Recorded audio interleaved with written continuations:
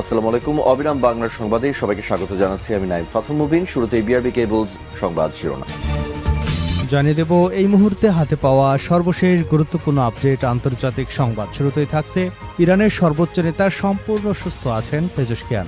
ইরানের সর্বোচ্চ নেতা মুস্তফা খামেনি সম্পূর্ণ সুস্থ আছেন বলে জানিয়েছেন দেশটির প্রেসিডেন্ট মাসুদ পেজেশকিয়ান। সর্বোচ্চ নেতার সাথে দীর্ঘ 7 ঘন্টার বৈঠক শেষে তিনি একথা জানান। খবর ডন নিউজের।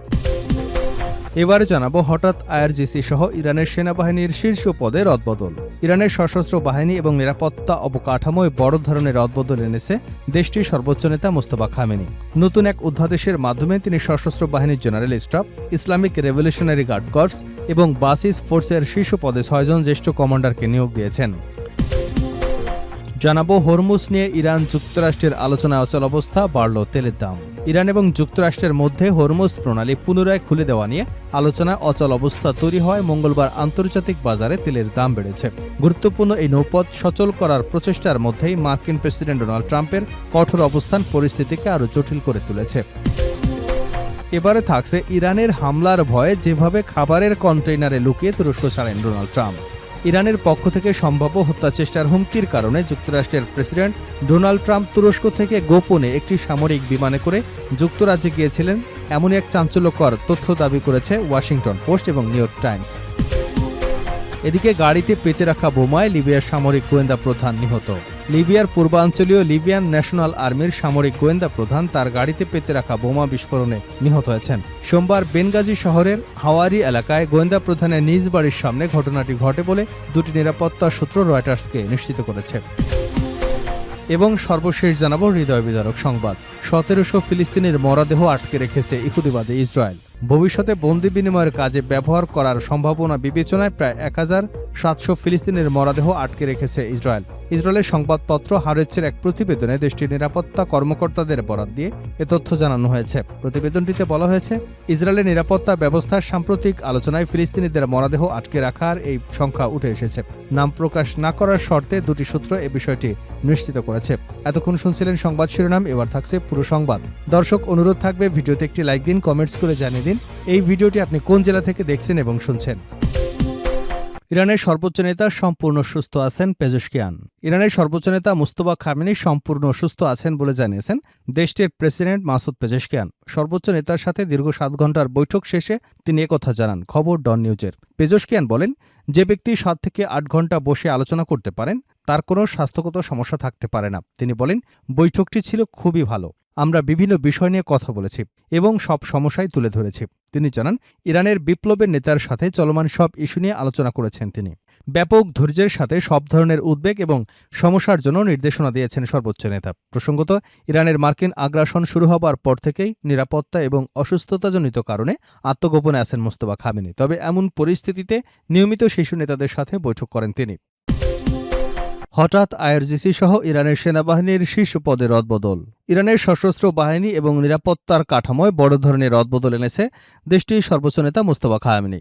নতুন এক অধ্যাদেশের মাধ্যমে তিনি সশস্ত্র বাহিনীর general staff, Islamic revolutionary guard corps বা বাসিস ফোর্সের শীর্ষ পদে 6 জন জ্যেষ্ঠ কমান্ডারকে নিয়োগ দিয়েছেন। সোমবার কাতার ভিত্তিক আন্তর্জাতিক সংবাদ মাধ্যম আল জাজিরার এক প্রতিবেদনে এ তথ্য জানানো হয়েছে। প্রতিবেদন অনুযায়ী নতুন এই সামরিক বিন্যাসে মেজর জেনারেল আলী আবদুল্লাহি ইরানের সশস্ত্র বাহিনীর নতুন চিফ অব স্টাফ হিসেবে নিযুক্ত পেয়েছেন। তার পাশাপাশি ব্রিগেডিয়ার জেনারেল কিউমার্স হায়দারিকে তার ডেপুটি চিফ অব স্টাফ হিসেবে দায়িত্ব দেওয়া হয়েছে। একই আদেশে মেজর জেনারেল পদে পদোন্নতি দিয়ে আহমেদ ওয়াহিদিকে আইআরজিসির নতুন সর্বাধিনায়ক এবং মুস্তফা ইজাদিকে তার ডেপুটি কমান্ডার হিসেবে আনুষ্ঠানিকভাবে নিয়োগ দেওয়া হয়েছে। নিয়োগপ্রাপ্ত অন্য শীর্ষ কর্মকর্তাদের মধ্যে রিয়ার অ্যাডমিরাল আলী উজমাইকে আইআরজিসির নৌবাহিনীর প্রধান হিসেবে দায়িত্ব দেওয়া হয়েছে। অন্যদিকে বাসিস বাহিনীর নতুন প্রধান হিসেবে নিয়োগ পেয়েছেন প্রভাবশালী কর্মকর্তা হোসেইন তাইব। সশস্ত্র বাহিনীর পাশাপাশি অভ্যন্তরীণ নিরাপত্তা এবং সামাজিক নিয়ন্ত্রণকারী এই বাসিস ফোর্সের নেতৃত্বে হোসেইন তাইবের প্রত্যাবর্তন অত্যন্ত তাৎপর্যপূর্ণ মনে করছেন বিশ্লেষকরা। ইরানের সামরিক শীর্ষ পদে নতুনভাবে দায়িত্ব পাওয়া এই 6 জন কমান্ডারকে প্রকাশ্যে অভিনন্দন জানিয়েছেন দেশটির পররাষ্ট্রমন্ত্রী আব্বাস আরাকচি। এক বিশেষ বার্তায় তিনি বলেন, সর্বোচ্চ নেতা তাদের উপর যেভাবে আস্থা প্রকাশ করেছেন তা জাতীয় নিরাপত্তা এবং স্বাধীনতা রক্ষার দীর্ঘদিনের কাজেরই স্বীকৃতি। তিনি আরও জানান, দেশের নিরাপত্তা এবং আঞ্চলিক অখণ্ডতা রক্ষায় নতুন কমান্ডারদের মেধা এবং বহু বছরের সামরিক অভিজ্ঞতা গুরুত্বপূর্ণ ভূমিকা রাখবে। পররাষ্ট্রমন্ত্রী আব্বাস আরাকচি স্মরণ করিয়ে দেন যে সাম্প্রতিককালে দেশটির উপর চাপিয়ে দেওয়া দুটি যুদ্ধের মতো কঠিন পরিস্থিতির মুখেও এই কমান্ডাররা সাহসিকতার প্রমাণ দিয়েছেন। তারা দেশের মর্যাদা এবং সার্বভৌমত্ব অক্ষুণ্ণ রাখতে অগ্রণী ভূমিকা পালন করে চলেছেন। নতুন দায়িত্ব পালনে এবং শত্রুদের হাত থেকে দেশকে মুক্ত রাখতে তাদের সর্বোচ্চ সফলতা কামনা করেন তিনি। হরমুজ নিয়ে ইরান যুক্তরাষ্ট্রের আলোচনায় অচল অবস্থা, বাড়ল তেলের দাম।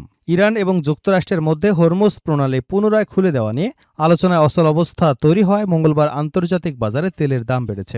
গুরুত্বপূর্ণ এই নৌপথ সচল করার প্রচেষ্টার মধ্যেই মার্কিন প্রেসিডেন্ট ডোনাল্ড ট্রাম্পের কঠোর অবস্থান পরিস্থিতিকে আরও জটিল করে তুলেছে। ইরান হরমুজ প্রণালী খুলে দেওয়ার বিষয়ে নিজেদের শর্ত তুলে ধরার পাশাপাশি ট্রাম্প পাল্টা দাবি জানিয়েছে অতীতের যুদ্ধ, হামলা এবং বিক্ষোভে হতাহতদের জন্য ইরানকে ক্ষতিপূরণ দিতে হবে। এতে দুদেশের মধ্যে উত্তেজনা আরও বেড়েছে এবং বিশ্বের অন্যতম গুরুত্বপূর্ণ জ্বালানি পরিবহন পথটি দ্রুত সচল হবার সম্ভাবনা অনিশ্চিত হয়ে পড়েছে। এদিকে তেলের বাজারে এর প্রভাব পড়েছে। মঙ্গলবার ব্রেন্ট ক্রুডের দাম বেড়ে প্রতি ব্যারেলে $88 উঠেছে। অন্যদিকে যুক্তরাষ্ট্রের অপরিশোধিত তেল বা WTI এর দাম বেড়ে $82.45 দাঁড়িয়েছে। দুটি বেঞ্চমার্কের দাম 31 জুলাইয়ের পর সর্বোচ্চ পর্যায়ে পৌঁছেছে। এর আগে সোমবার তেলের দাম প্রায় 50% বেড়েছিল। বিশ্বের অন্যতম গুরুত্বপূর্ণ তেল পরিবহন পথ হরমুজ প্রণালী দিয়ে বিপুল পরিমাণ জ্বালানি পরিবহন হওয়ায় সেখানে দীর্ঘস্থায়ী অচল অবস্থা তৈরি হলে বৈশ্বিক তেল সরবরাহ দামের উপর আরও চাপ সৃষ্টি হতে পারে বলে আশঙ্কা করা হচ্ছে। ইরানের হামলার ভয়ে যেভাবে খাবারের কন্টেইনারে লুকিয়ে তুরস্ক ছাড়েন ডোনাল্ড ট্রাম্প। ইরানের পক্ষ থেকে সম্ভাব্য হত্যাচেষ্টার হুমকির কারণে যুক্তরাষ্ট্রের প্রেসিডেন্ট ডোনাল্ড ট্রাম্প তুরস্ক থেকে গোপনে একটি সামরিক বিমানে করে যুক্তরাজ্যে গিয়েছিলেন বলে দ্য ওয়াশিংটন পোস্ট ও দ্য নিউ ইয়র্ক টাইমসের প্রতিবেদনে দাবি করা হয়েছে। প্রতিবেদন অনুযায়ী গত মাসে তুরস্কের রাজধানী আঙ্কারায় ন্যাটো সম্মেলনে অংশ নিতে গিয়েছিলেন ট্রাম্প। প্রকাশ্যে তাকে পুরনো এয়ারফোর্স ওয়ানের বিমানে উঠতে দেখা গেলেও সেটি ছিল একটি সাজানো কৌশলের অংশ। ওয়াশিংটন পোস্টকে এক মার্কিন কর্মকর্তা জানান, টেলিভিশন ক্যামেরার সামনে ট্রাম্প পুরনো এয়ারবাস ওয়ানে ওঠেন।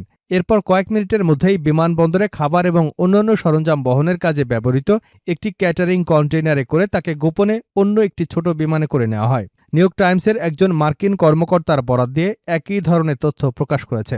প্রতিবেদনগুলোতে বলা হয়েছে, ট্রাম্পের প্রকৃত অবস্থান সাংবাদিকদের পাশাপাশি হোয়াইট হাউসের কিছু কর্মকর্তার কাছ থেকেও গোপন রাখা হয়েছিল। ইরানের সঙ্গে সংশ্লিষ্ট ট্রাম্পের বিরুদ্ধে একটি বিশ্বাসযোগ্য হুমকি পাবার পরই এই প্রতারণামূলক নিরাপত্তা অভিযান শুরু করা হয় বলে এক মার্কিন কর্মকর্তা নিশ্চিত করেছেন।